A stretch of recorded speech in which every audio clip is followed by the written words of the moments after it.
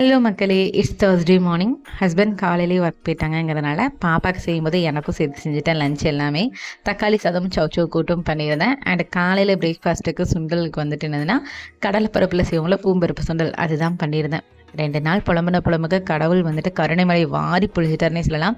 பாப்பாவை ஸ்கூல் விட்டுட்டு வரும்போது தான் மழை தூர ஆரம்பிச்சிது. அப்பாடா அப்படின்னு நினச்சிட்டு வரும்போதே வீடு வந்து சேர்றதுக்குள்ளே தெரு ஃபுல்லாக தொளிச்சுப்பட்ட மாதிரி அடை மழை பெஞ்சு முடிஞ்சிருச்சு. வந்து பிரேக்ஃபாஸ்ட் முடிச்சுட்டு என்னால் முடிஞ்ச அளவுக்கு வீட பலபலன்னு மாப் போட்டாச்சு. நான் எப்பொழுதுமே ஒர்க்கை ஸ்ப்ளிட் பண்ணிடுவேன். புதன்கிழமைனா விளக்கு தைக்கிறது, வியாழக்கிழமைனா மாப் போடுறது, ரெண்டையும் ஒன்று போல என்னால் சேர்த்து செய்ய முடியாது. டேபிள் மேலே தானே கிளட்டராக்க கூட சொல்லியிருக்கேன்னு சொல்லிட்டு இப்போ டேபிள் கீழே கிளட்டராக்க பழகிட்டாங்க அப்பாவும் போடணும். இப்போ கிளட்டராக இருக்கிறதுக்கான நான் தான், ஏன்னா எல்லாத்தையும் தூக்கி மேலே போட்டு தான் மாவு போட்டேன். எனக்கு மட்டும் மீல் மேக்கர் ஃப்ரைலாம் முடிச்சு லஞ்சை முடிச்சு அவளை கூட போகும்போதே நினச்சேன் டேபிள் ஏன் இப்படி இருக்கு வந்தோன்னே கேட்பாளேன்னு. அதே மாதிரி கேட்டுட்டா.